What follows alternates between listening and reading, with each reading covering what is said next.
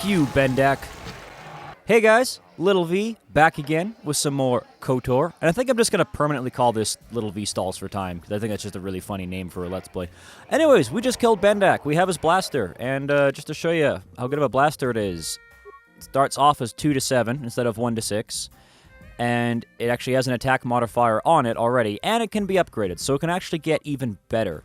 So yeah, that's a very awesome thing to have, for especially for the early part of the game. And if we go here, I beat him at level 3.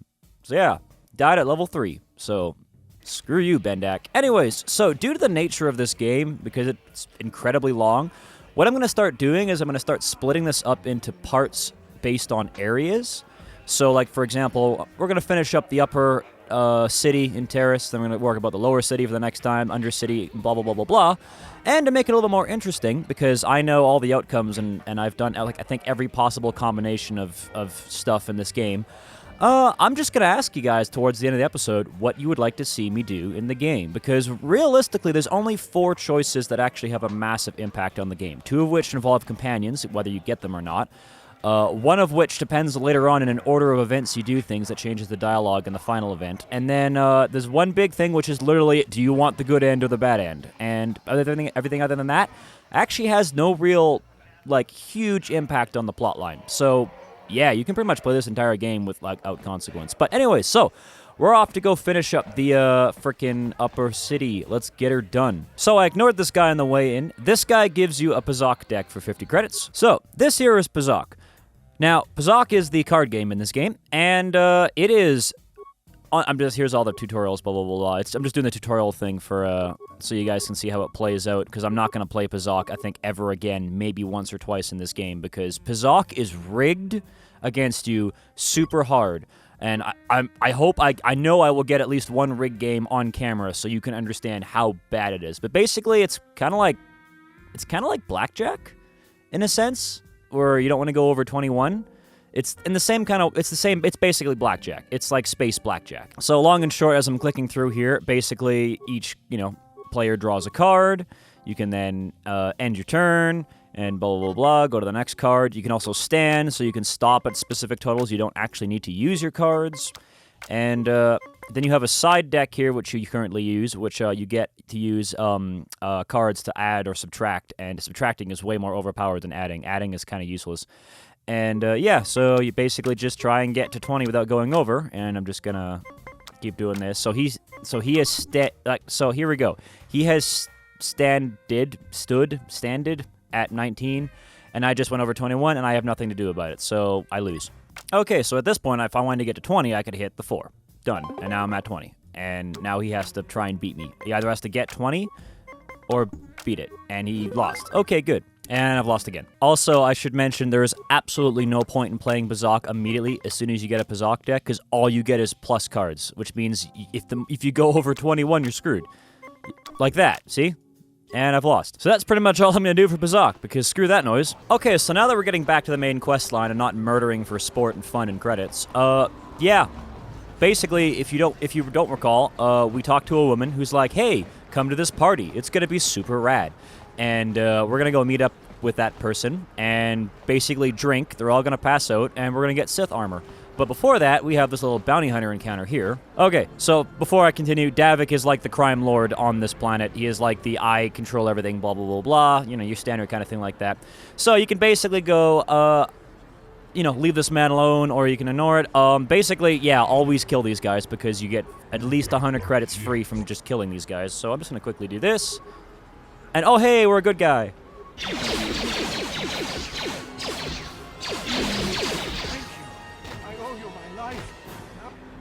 And now he is super happy, and you can either get him to hand over all of his credits, or you can just be like, blah, blah, blah, blah, blah, blah, blah. So just because I want to, counteract all the niceness points, I'm going to help him out. Super helpful here. And here's 100 credits. And the funny thing is, you give him 100 credits, but you pick up these 50 right here, and then these 50 right here. Actually, that was 58. Cool. So I actually made 8 credits off of that. Huh. Now my health is getting low, and over here, oh look, we have a medical facility, which we're going to do a bunch of stuff in, which will become very important later on. So first off... It will just take me a moment while I examine your injuries, and then I'll administer the proper treatment. So there's free healing whenever you want it, although, honestly, after I'm done with this area, I won't come back to the upper city for probably at least a couple hours. Welcome back. So, basically, this guy tells you about something called the rat ghoul disease. It's a thing that inflicts terrorists. It's basically like a zombie virus, really. Like, you get bitten by it and then turn into a horrible monster and spread it more around. So it's kind of like a space zombie virus. Hey, if I could just get my hands on this, and oh, hey, RPG logic. Hey, well, if I stumble across it, I'll talk to you, and we can help people out. And I'll get that serum for you. Okay, so yeah, he's your medic guy. So he's got all sorts of awesome stuff. He has implants. This gives you an immunity to poison. This is immunity to mind affecting, although we don't need that right now because we're going to get an armor that you can upgrade to, basically not screw with your brain. And he has lots of med packs. I'm actually going to grab a couple of these. But more importantly, there's this thing over here. No problem. Got it. What? What are you doing? Don't go in there. That door is for employees only. So, yeah, you go, hey, I recognize these men. They're soldiers. You recognize these soldiers? But how? Unless you're a friend of them. So you can either persuade him or persuade him and threaten him. I mean, there's no point in threatening him. I guess I'd better tell you what's going on. So basically, he's like, yo, dog, I'm helping out all these Republic soldiers who got, messed up. And you can either blackmail into giving you money, or you could just be like, I'm going to be a good guy. And like I said, I'm trying to balance out the thing. Now, like I said, you guys are going to be in full control of this. So if you want me to be like a dark side prick, you can go right ahead. But for right now, I'm going to be a good guy like I always do. Okay, so this guy is the shady assistant who's going to be like, yo, dog, that rat ghoul serum. You there. Wait a minute. So basically, he's like, yo, dog, there's a guy who'll pay a lot of money, Davik, who is a crime lord. And I'm just going to skip past this. Basically, he's like, yeah, okay, so you can give him one of his flunkies the serum, and he'll pay you handsomely for it.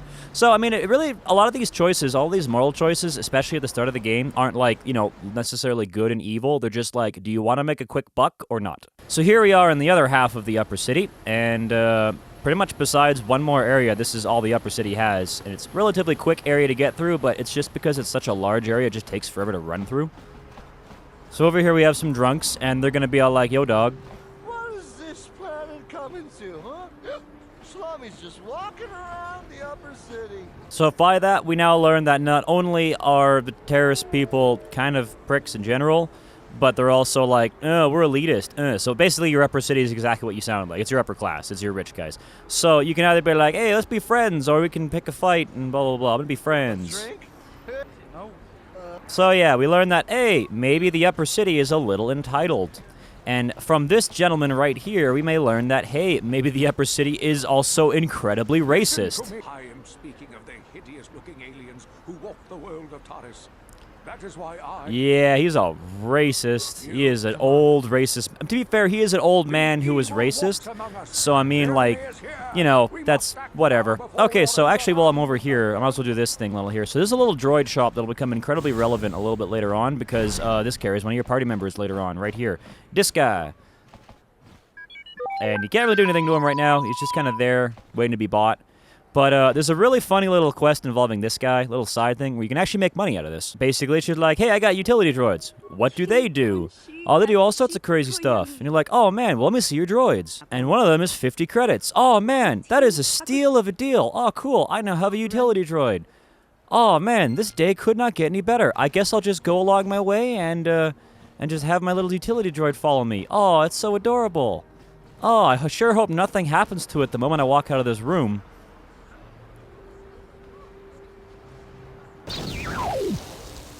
Oh. So you go back to her and go, yeah, you ripped me off. And you can either go no hard feelings, or you can go give me something a little extra. Once again, persuade being super awesome. And you actually get 25 credits out of that. So now let's actually look at her inventory. So she does, like, droid-specific stuff, so nothing that's super relevant right now, but she does have, an infinite amount of parts and computer spikes, so if you need parts and computer spikes, we know where to come back from. So yeah, we just made 25 credits out of that. Okay, so now we're in the north apartment, so this is not the area where we started at, this is a different area. And we're just going to continue to loot onward and blah, blah, blah, blah, and do all our magical stuff. You can talk to this family. They are terrified of you. But yeah, we're going to loot because everyone just seems to have computer spikes just lying around. And this is back before the days where, you know, looting and stuff. Basically, games weren't powerful enough to really handle looting yet. So here's the party, and we're going to go into it, and yeah. Hey, you made it. I was beginning to wonder if you were going to show. The party's in full swing. Come on in. Notice the terrible dancing in the background. Don't worry, we're going to be doing that soon. Don't you worry about that. Careful, Sana. By the way, this guy is the guy you talk to if you are a woman, not a man. Down on the floor. Who cares? We're not on duty tomorrow. Let's live a little. Come on, drink up. And fade to black, and we're listening for that specific sound. Everyone passed out. So basically, these are all lightweights, because as far as I can tell, there's 1 drink, 2 drink, 3 drink, 4... There's 4 drinks, right? And 1, 2, 3, 4, 5, 6 people, which means that 4 drinks knocked out 6 people. Lightweights. All right, we have the Sith armor now. Yay! And if we throw that on, actually people will be like, oh crap, you're a Sith. Oh Jesus. Oh no, I should probably not mess with you. So now you can very famously keep this armor longer than you're supposed to have it. And I will explain how to do that. And also, while I'm on that topic too, let me just go back to my regular armor because I just want to be a normal dude. On that topic too, I know there's a couple of people telling me like, oh, you can do this and you can do this and you should stop. I trust guys. Okay, look at me. Do I have your attention? Good. Guys, I think I have played this game total in the last 13 years about 60 times. I'm not kidding. I love this game. I have played it to completion a lot of times. I know every little trick. I know that, for example, there is a droid later on in a set of ruins we're going to go to on the next planet that is incredibly strong and resistant to energy weapons, and if you use a melee weapon like a vibroblade or a sword on them, they die in like 3 hits. I know everything about this game, guys. This is why I'm doing it. Also, fun fact, this is the room you go to if you're a woman in the party. Notice the drinks right there, too. No problem. Got it. Okay, so here's our next bounty, and, yeah. Please don't hurt me. Long and short, Largo here is another bounty. Now, I can fix this problem right now immediately, but this is going to be where I ask the question for the episode, and I want to know, do you want me to claim all the bounties, or do you not want me to claim all the bounties? Do you want me to be a good guy and basically only claim the government bounties, or do you want me to be a bad guy and just kill everybody and then just get a bunch of money? So that's what I want you guys to let me know. So I'll leave him for now, and I'll come back later if I need to kill him or save him. Okay, so this is the elevator down to the lower city, where all the, scummier people start living. If you approach him right now, as you are, he'll be like, yo, dog, get out of here. You're obviously not with the Sith. You're not allowed down here. If you show up wearing this armor... Another patrol heading down to the lower city. Good luck. You better watch. You're allowed in. And, fun fact, as soon as you are clear of the door, you can take the armor off and do this. And then you actually get extra dialogue at the next event. Now, I'm also now officially at level 4. Okay, so this is where a lot of people start arguing about how to do this. So, basically, how this works is you get a second class later on in the game. I won't spoil what it is, but you get a second class. And depending on how much you level up in here, may negatively or positively impact the next class, depending on what you pick and stuff like that. So some people stop leveling up at level 4. Some people stop leveling up at level 6. Some people don't stop leveling up all the way, and I think the max level you can get to on Terrace after all the XP is about 8. So basically, if the more you level up now, the weaker your next class gets, like in the long run. So I may stop at level 4. I know I can clear the planet on level 4. I can get through Terrace at 4 levels. But I also, with the class I want to pick next, doesn't have a lot of health. So I may go 1 more level or 2 more levels in just to mess around with here. Okay, so now, as you've noticed here, if I just cancel out of here, at level 4, you can now start picking attributes. So at 4, 8, 12, 16, and 20, you can pick an attribute. And this is really important to know further on, because like if you want to be a warrior, quote-unquote, later on, you want to dump everything into strength. If you want to be a tank, dump everything to constitution. If you want to be the rogue, quote-unquote, then you want to maybe do some dexterity. or if you want to be the mage, quote unquote, you want to pump everything into wisdom. So I'm going to do something I never do because I want to play around with some awesome abilities. I'm going to dump everything into wisdom. I want to be a badass wisdom guy. So yeah, that's what I'm doing. Once again, cannot progress persuade any further. Don't worry, that will change soon enough.